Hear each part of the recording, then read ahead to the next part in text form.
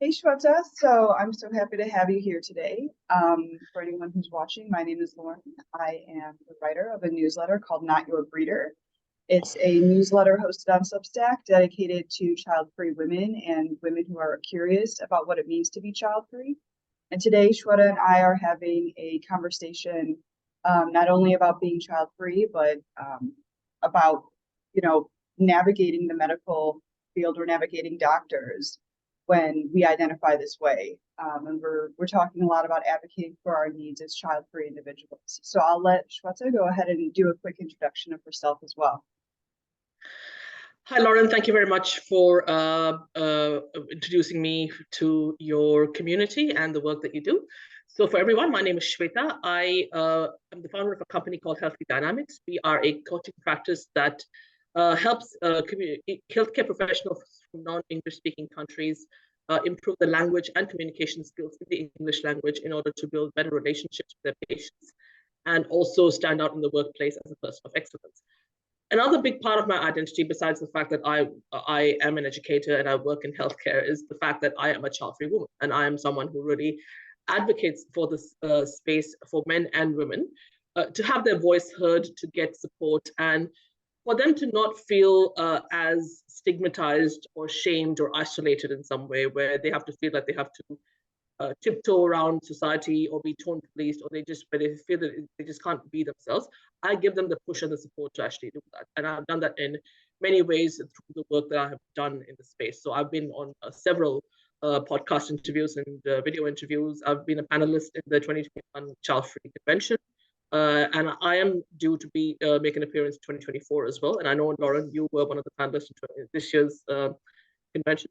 And yeah, I have a few more interviews coming up in the child-free space over the next few months. And actually, in the end of the year, I'll be speaking at an anti-natalism convention as well. So yeah, so I'll have a lot going on for myself in this space. I'm very excited to listen to you at the Anti-Natalist Conference. I think that'll be really enriching. Yeah. One of my first questions, as we just dive into it, my experience being a child-free woman, dealing with doctors, dealing with medical professionals, whether it was trying to get a sterilization procedure or even otherwise, I and others like me are often met with pushback, from our doctors who are saying, oh, well, you'll change your mind one day when you meet the right man, maybe if you're a child-free man, they're telling them, well, if you'll meet the right woman one day, whatever, you'll want to have kids. And from your experience on this topic, why do healthcare professionals not take us seriously, or why do they impose their beliefs so obviously on child-free individuals, it seems? Yeah. I mean, there's a lot of reasons behind it, and I don't only blame the people who work in healthcare or have been educated or have worked in that space. It really comes down to social norms and pronatalism. That's really the driving force behind why that clouds actually medical professionals' judgment and biases. It really sort of shapes their biases in terms of what a woman is supposed to do, or really what women's bodies are designed to do. And that's what you would hear, not just from healthcare professionals, but also from the broader society, that a woman's body is designed to create and nurture and give birth to new life. So if a woman is sort of, when a woman defies that, it's like she's going against nature. And if you really want to put the religious spin on it, it can be the woman who is sort of going against God's will, if you may. Mm-hmm. So that's one of the main reasons. And also the fact that sometimes they may feel a little bit threatened. They may feel quite insecure. I think we live in a society now where, especially in certain professions, when it comes to embracing new ways of thoughts and new ideas and new sort of approaches, now, not that healthcare, I wouldn't sort of move it across the board for healthcare in general, but for a lot of people, just opening their mind to something new can be difficult. It can be almost like an uphill climb for them. And that can play a big part into it as well. I think a big one also is that they want to not be held responsible in the future if she changes her mind. Yeah. but they also don't, and this is something I have mentioned in my previous videos and work in the past, the fact about what informed consent is. So you are obviously making the patient aware fully of what they're getting themselves into, what the consequences are, what the healing time is, everything. If you're not being, you are meant to be completely and 100% honest and transparent about what the whole procedure is. And this is not just for sterilization, it's anything. Yeah. So whatever kind of treatment, like when I got my COVID vaccination, they had to go through the whole spiel about what it involves. So just all of a sudden, when it comes to sterilization, they just totally forget about it. And but that is the main reason. Obviously, it can be threatening. It is unusual, and it is also the fact that they don't want to be held responsible or be sued or be blamed if she changes her mind. Those are some of the reasons that I can really think of why we have this bias and we have this, people just don't want to hear about that type of thing. Yeah. I think your comment about it being threatening really resonates with me. It's like people, and like you said, this is broader than just like the medical community. This is clearly across the board, but it's particularly interesting how what women do with their bodies is seen as threatening. It's threatening the status quo. It's threatening what we believe to be, like you said, biologically inherent. And people have really negative reactions to that. I also thought your point about informed consent and, doctors perhaps being afraid that you're going to sue them later or be unhappy later if they sterilize you and it's not what you wanted.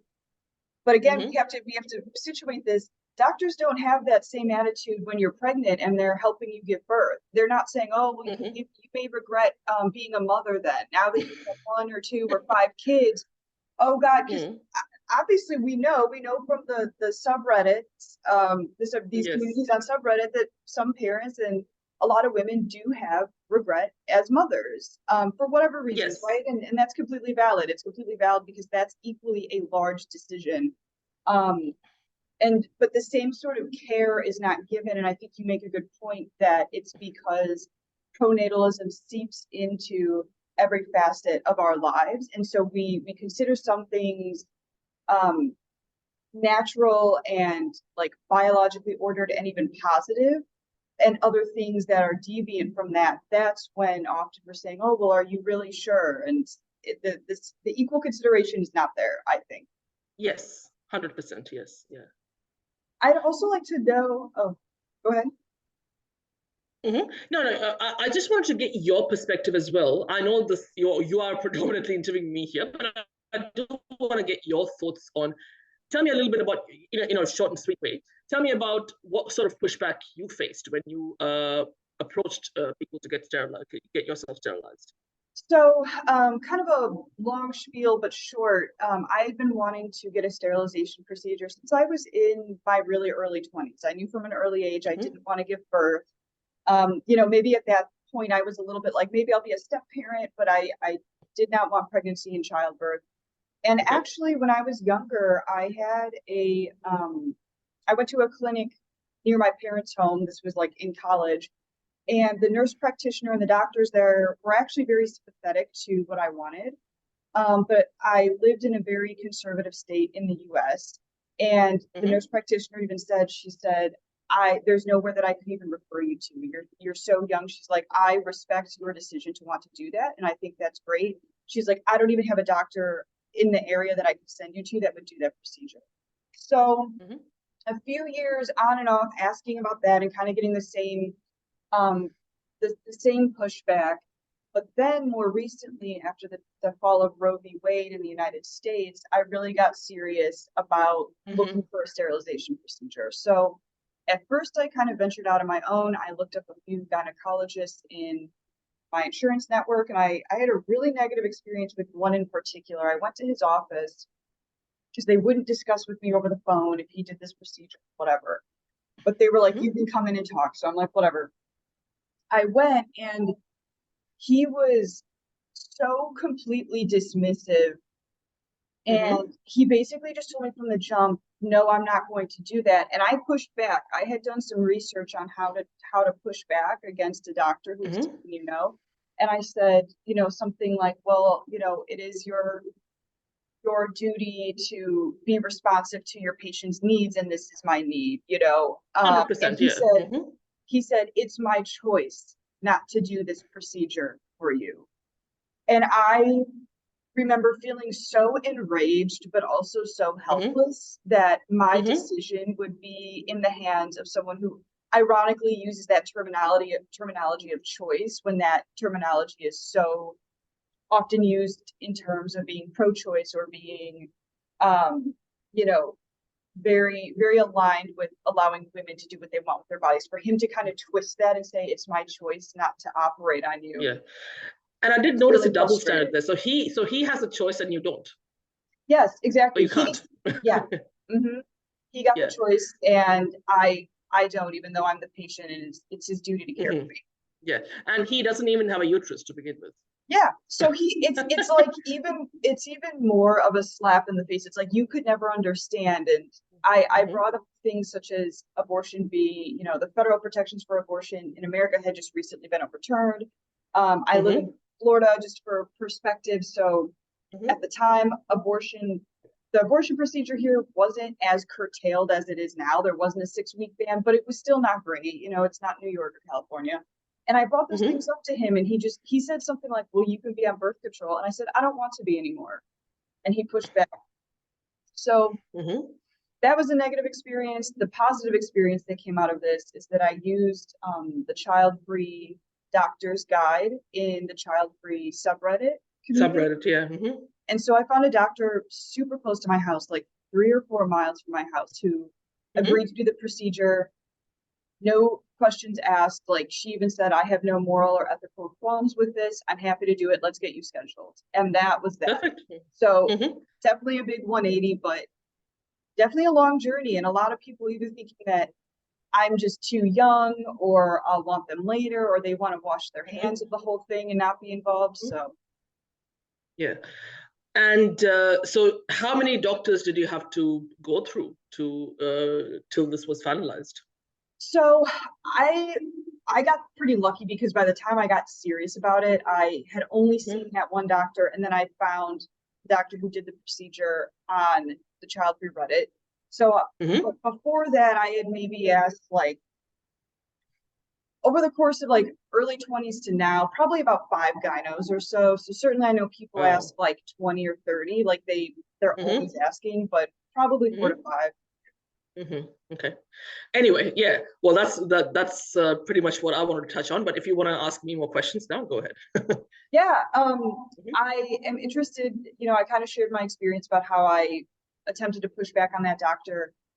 Do you, as a communications expert, as a teacher, what is your advice for child-free individuals who are maybe navigating these waters and trying to advocate for themselves to a doctor, or trying to stand up for what they want done to their body, particularly if maybe that doctor doesn't seem so receptive? How do you recommend people set that up?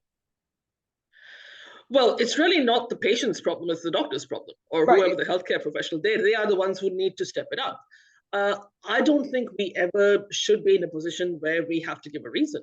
Like, I have mentioned this in one of my articles in LinkedIn before, that say if I wanted to go in for some sort of cosmetic surgery, say if I wanted to get, plastic surgery on my face, or get a tummy tuck, or say if I wanted to get a gastric sleeve put into me, no one will ask me any questions. They'll go through, what the procedure involves, but they will never ask me, oh, why do you want to do this?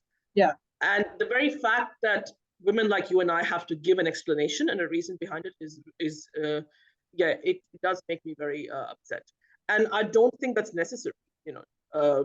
Obviously, as healthcare professional, as I mentioned before, you have to be transparent and honest. You have to tell them that this is what the procedure is, the fact that this is permanent, is irreversible, this is how it's going to go, this is the recovery thing, these are the side effects, whatever. So that obviously has to be done.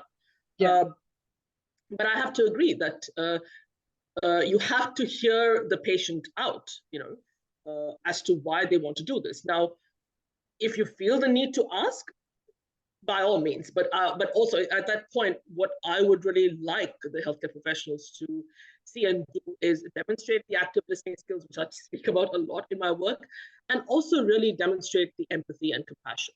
and also show that respect for patients, whatever their needs are, whether it's the need to get a Botox or whether it's the need to get a sterilization procedure. It just doesn't matter. And it should not be any different for a man or a woman. So even if I'm, like, for example, I'm 37 now. If I was a man, I could easily get a vasectomy. It would not be an issue. But if I was, say, 22, 23, I would probably go through the same problem. But I do know of people who got a vasectomy, men in their 20s, but again, they had to give a long-winded explanation as to why. They got it pretty much immediately. They never experienced a doctor giving them any pushback. They pretty much got the procedure straight away. But they had to, again, ask, give a big detailed explanation as to why they want to do it. And just, I think, for people who work in the healthcare space, and I have mentioned this in one of my very recent videos on my YouTube channel, it is the fact that they should really expose themselves to working with people from all walks of life. I mean, we don't live in a world nowadays where everything is homogenous, like everyone looks different, everyone comes with different needs and different walks of life, different life stories, different backgrounds and personalities. So I think exposing yourself and working with people from a diverse background really sets yourself up, because you get to see, hear, and experience different perspectives. And that sort of gives you the foundation to realize that, okay, if I see this kind of diversity in my colleagues, there's a very good chance that it's going to be the same, if not more, with my patients. So that just broadens their view, in my opinion. And then, they will be able to really treat the patient as an individual with unique needs and unique wants, rather than just a number in the system, because that's really what we want to avoid. So yeah, that's really how I would sum up where I think the change really needs to happen. Yeah, I really appreciate that, because that was kind of my follow-up question then. How can we basically demand that medical staff maybe support their patients better or listen better? And I think you covered that really well, especially the idea of having empathy for other people. I mean, especially as a doctor, you're supposed to be able to empathize and have feelings alongside your patient and understand what they're going through. So it's very curious that in these situations that empathy seems to be lacking, but definitely agree that the burden is on the provider to make sure that they are educated about these procedures, educated about how to interact with people who want them, how to listen to those individuals. Yes, 100%, yeah. Definitely. Some other questions, I guess, maybe not exactly related to the medical field specifically, but I'm very interested kind of in this pro-natalist sentiment that permeates everything. I've been thinking a lot about this. I follow some content that has to do with the workplace and kind of how pronatalism pops up there in a lot of workspaces, whether that be, kind of how insurance benefits are structured. In the US anyway, you get tax credits for having children, but single or child-free people do not get those same sort of tax incentives. In the workplace, oftentimes, if you have children, you can kind of use that as leverage, or I've seen people use it as leverage, whether to get to be raises, whether it's to relocate or not relocate. I'm interested in your perspective on how pronatalism seeps into the workplace and maybe how that is detrimental to child-free people, and particularly child-free women. There is a lot of material and content on this. And actually, just today, just before our interview, I was listening to an episode of a podcast that I follow quite regularly. It's called Claiming Zero. And that's what today's episode was about, part 2 of child-free people in the workplace. And I think the common sentiment really is that parents somehow are rewarded for their choice, for being parents in the workplace, whereas child-free people are punished. So, parents, obviously, they get paid parental leave, they get quite a lot of benefits and perks, whereas child-free people are just expected to stay back and pick up the slack. So for example, it's very easy for example, people in the place that I work in, we have a good mix of both people without children and with children. But at the moment, I'm seeing a lot of people in my workplace who are pregnant, And that just seems to be the conversation all the time. So in a Teams chat, even like people who no longer work in the business, they are always if one of them has just had a baby girl, and that was shared all over, on the Teams chat. And there's another woman right now who's pregnant, and that's really all I can hear her from, when I'm working in the office, I can hear her from the other side, and she's constantly talking about it and sharing it with everybody. Now, I don't have much to do with her, but yeah. And also, I think they've also introduced a change now, because back in the day, they used to be like, we would have people walking around the office area on the floor, what we call floor support. And now they've changed the whole thing now. Now there's like a specific floor support desk where people have to go and ask questions. And that may have something to do with the fact that there are so many people who are pregnant and they can't walk around. I don't know. I don't know. I don't know what the reason for it. I'm venturing to guess that might be the reason.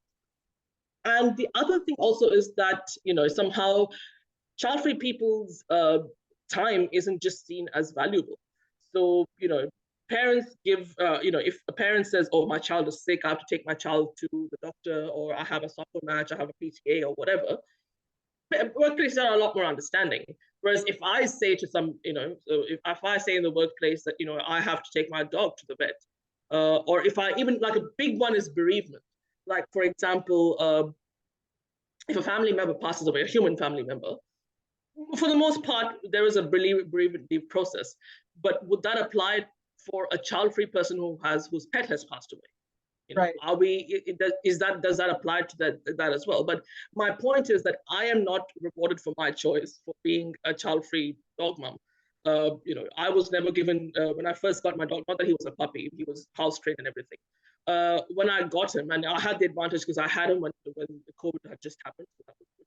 But there's no such thing that you can take off for the first 6 or 7 weeks when they're puppies, just to sort of train them and be with them. Whereas with a human child, you get like a paid parental leave for an ungodly amount of months. Mm-hmm. So and again, so that's I see those big double standards there. And also I think in some places, maybe in terms of promotion and remuneration as well, maybe parents are sort of seen that they might think, or they could need the extra money, even though a person who's child-free is equally qualified and experienced, they've done an equal amount of work. I mean, I personally have not seen this happen, but it could well be the reason. But yeah, but this is the dialogue that I have really seen in terms of workplaces being heavily pro-natalist. Yeah, I agree with that. It's especially the comment about time not being valued the same, and how it would be. It's like interesting because parents can say, oh, I'm going to pick up my kids from soccer. But if I were to say, well, I'm like leaving early so I can go on a bike ride, that would be skipping work early, even though, their kid is doing a physical activity and they have to be there. I'm doing a physical activity that's good for my health. But again, back to this idea that we always have to justify what we're doing. We have to justify ourselves to the doctors. We have to justify ourselves maybe to our colleagues or our workplace. My other, something I've been wrestling with lately too, and I'm definitely getting bolder about it. I never really used, for that reason, I never really used to say explicitly that I was child-free by choice. It's only in the past couple of years that I've really come into that identity and really have been feeling confident enough to express that, to people who are not my closest friends who already knew or are already very supportive. I'm curious about you. You are, so obviously now at this point, you're very outspokenly child-free by choice. I've listened to a lot of your podcasts. I've read a number of your articles and your blogs, but have you always been so vocal in your decision? Have you always felt confident to be, or what did that process look like for you? So I'm someone who knew, like, literally from the second I was born, that this is the life choice that I wanted. And actually making that choice in a country like India, for back in the day, in the 80s, was a very bold choice. If you look at even now, making a choice in a country like India now is very taboo, because India is one of the most pro-natalist, patriarchal, sexist, conservative and religious countries you can think of. And so in more ways than one, I have been the black sheep. And there is a podcast episode that I've interviewed for that's coming out, so stay tuned for that, where I talk about me being the black sheep in a lot of these. So yeah, and I remember being vocal about not only being child free, but also not wanting to get married when I was like 6 or 7 years old. This was with my parents and also with my primary school friends. And my parents were absolutely very accepting. They were like, it's your choice. You can choose what you want to do with your life. We don't care, one way or the other. But my friends in high school did find it a little bit unusual. And because I was the only one who didn't want to go down the life path that they had envisioned for themselves. I think what I didn't know, so I knew all my life that I did not want to have children, but I never heard of the word child free till about 2013. I saw a Sunday, Channel 7 Sunday, it's called Sunday Section or Sunday News or something. There was a big segment how 1 in 5 women in Australia, where I am, is now child free by choice, and that's when I first heard of the word child free. So there is a word for people like me and you who have made the decision to not have children. And and a lot of people might say, oh, why are you, if you don't want children, that's fine, keep it to yourself. Why do you constantly talk about it as much? Yeah. And why do you make it your whole personality? And I think a lot of content creators in this space, they really, really caught that a lot. I think what has happened is that women over the years, for the longest of times, have been oppressed, silenced, treated less than, because of a lot of reasons, for their choice or just for being who they are. Though now we have many more rights in terms of human rights or in terms of career choices or being financially independent, I think our achievements and whatever we do is always downplayed if we aren't mothers, or if we've made the choice to not be mothers. And somehow motherhood is just seen as this pinnacle of real womanhood, when we all know that it's not true. And that's the only way, and also how we seem to get any recognition, acknowledgement, or celebration. So, for example, like I started my business earlier this year, about in April, of my coaching practice. And it's interesting, I was having a conversation with a friend of mine at a mutual friend's birthday party, and I was tossing up this idea of actually having a business shower. And I was like, oh, I asked her, if I had a business shower, would you attend? And her response was, what's in it for me? And I questioned her, and I was like, look, so my friend, our mutual friend, she has a child. And she went to my friend's baby shower, and I didn't go. And I asked her, so you went to our friend's baby shower, there was nothing in it for you, but when it comes to my baby shower, you're asking me this question. Doesn't really add up. Yeah, as if it's up for debate, as if it's even a question. Like, why is it up for debate? No. Yeah, and this girl doesn't have children, by the way, but she just did not. She's never heard of it, and she did not see the point of it somehow. And a lot of people, they feel invisible or unheard because they are not mothers. So anything they do is just not good enough, or is not successful enough. I think we really have to change this mainstream pro-nationalist narrative that women without children have no worth, they have no meaning or purpose. And I think it will also set a very good example for women in the future, that motherhood is one of many life options, that they don't have to do it if they don't want to, if it doesn't feel right for them. Yeah. And I think women like us have to really set that example and be trailblazers in that space to expose people to other ways of life and give them the idea that there's not only one way to achieve success, fulfillment, happiness. It just looks differently for everyone. And if not having kids is going to make you happy, there's nothing wrong with it. It's an absolutely valid and legitimate life choice. And that is what will remove the stigma and judgment and normalize this choice and get it the recognition and acceptance it deserves in mainstream society. Yeah, I really love that response. And I love the idea of having the business shower. I mean, kind of talking about normalizing it. We should be normalizing things like celebrating ourselves when we have when we start our own business, or if we achieve other life, goals or milestones, like whether it be completing a degree, buying your first house, especially as a single woman or a child-free woman, making those big changes is really incredible. Whether it be getting a promotion at your job, they do like baby bump photo shoots. Why don't you do a photo shoot celebrating that you got promoted and a pay raise? Yes, I think 100%. There's so many ways to reaffirm that motherhood does not equal womanhood. motherhood does not and is not, I don't think it's the most important job in the world. Like you said, it's one of many jobs, it's one of many identities you can have, but it's not one that trumps everything else. It's not one that makes a child-free individual's existence unimportant or invalid. And I really agree that child-free women are doing a great service by being bold and upfront and talking about different life paths to younger folks as well. I mentor a young woman now through an organization, and you know she's a young woman. She just started college, and the topic of motherhood or child rearing has not really come up in this way. She's very much a proponent of women's rights, of reproductive rights.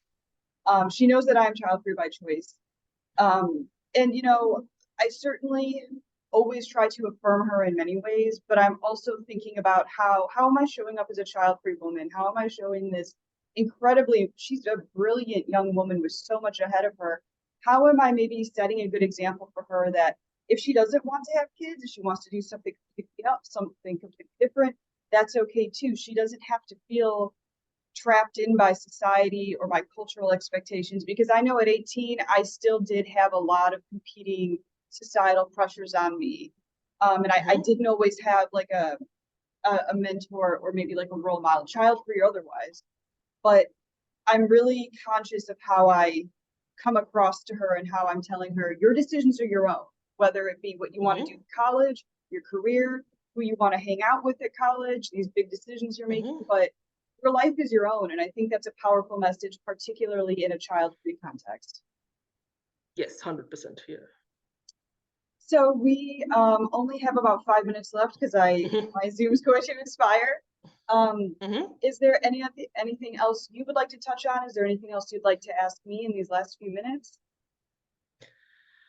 Yeah, I think just to sort of give people, just your experience of the sterilization, just tell me what kind of procedure did you have and how was that experience for you in terms of, was it in terms of going through it and also the recovery process? Yeah. Sure. So I got a bilateral salpingectomy. So that means that instead of like tying the tubes, they just snip them out completely. So I still have my other reproductive organs, so it obviously differs from like a hysterectomy.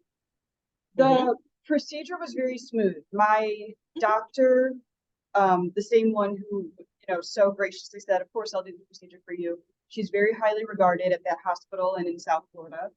She did a great job. It's a quick surgery. I think it's a little bit under an hour, maybe, she told me. You come out, you have two very tiny incisions on your hips, and then they go in through your belly button. So there's like a very small incision there. Recovery was so much easier than I expected. And of course, I'm not a doctor, so I'm not giving medical advice. I'm just sharing my experience, but I was so surprised at how easy of a recovery was. One of my best friends picked me up from the hospital, which was close to my home, drove me home. I had a few pain meds that I took for a few days, but after 3 days, I didn't even need the pain meds. You can't lift anything for 2 weeks, so I just did like grocery delivery, and I stocked up on groceries before the surgery. But then I went for my checkup and I was cleared. So it's very minimally invasive. It was, I didn't have any sort of bad reaction to the pain meds or the anesthesia. And getting around, I was a little bit sore, but it's not like I just laid in bed. I've had my tonsils out and I've had my wisdom teeth out, and those were atrocious surgeries that were painful, debilitating. This was nothing like that. This was just like some mild soreness. So overall, it was a positive experience. I'm glad I did it. I was in good hands professionally, and the recovery time was a lot easier than I expected it would be.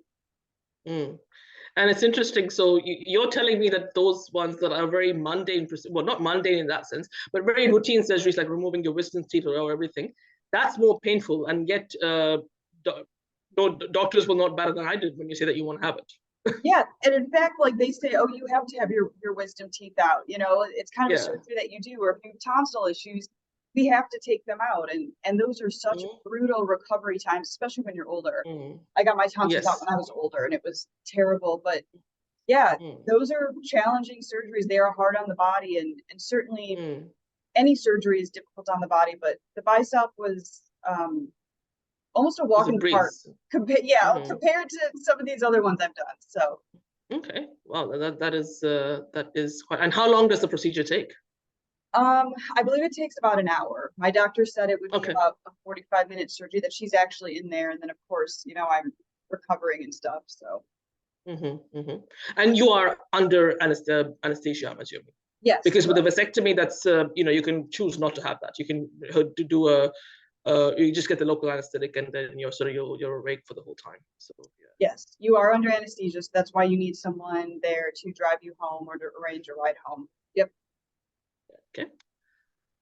Okay. Well, that was nice and easy. But yeah, so that's pretty much it. I think we're just running out, but we can definitely come back and have another little Q&A at a different point where we can talk about our individual child-free journeys, and that can be in a different thing that you might want to publish on your Substack. And yeah, I think that might be, we can follow up with a part 2. So because there's a lot of questions that you were meant to ask me today, which we didn't get to because we don't have the time, obviously. Yeah. But, we can definitely do that in the future. Yeah, we'll just touch base on that when the time comes. Absolutely. Thank you so much for your time today. It was great chatting with you. I would love to do a part 2 or a part 3 or whatever, because there's so much to talk about. And it's so validating to talk to another child-free woman who's just very confident in her decision and just very confident in her life. It's really amazing to be in your company. So I appreciate it. Yeah, thank you so much. And yeah, it was a real privilege and honor speaking to you as well. Yeah, definitely looking forward to a part 2 of this, in the near future. Thank you so much. We'll talk soon. All right. Thank you so much. All right. See you later. Bye-bye. See you. Bye-bye.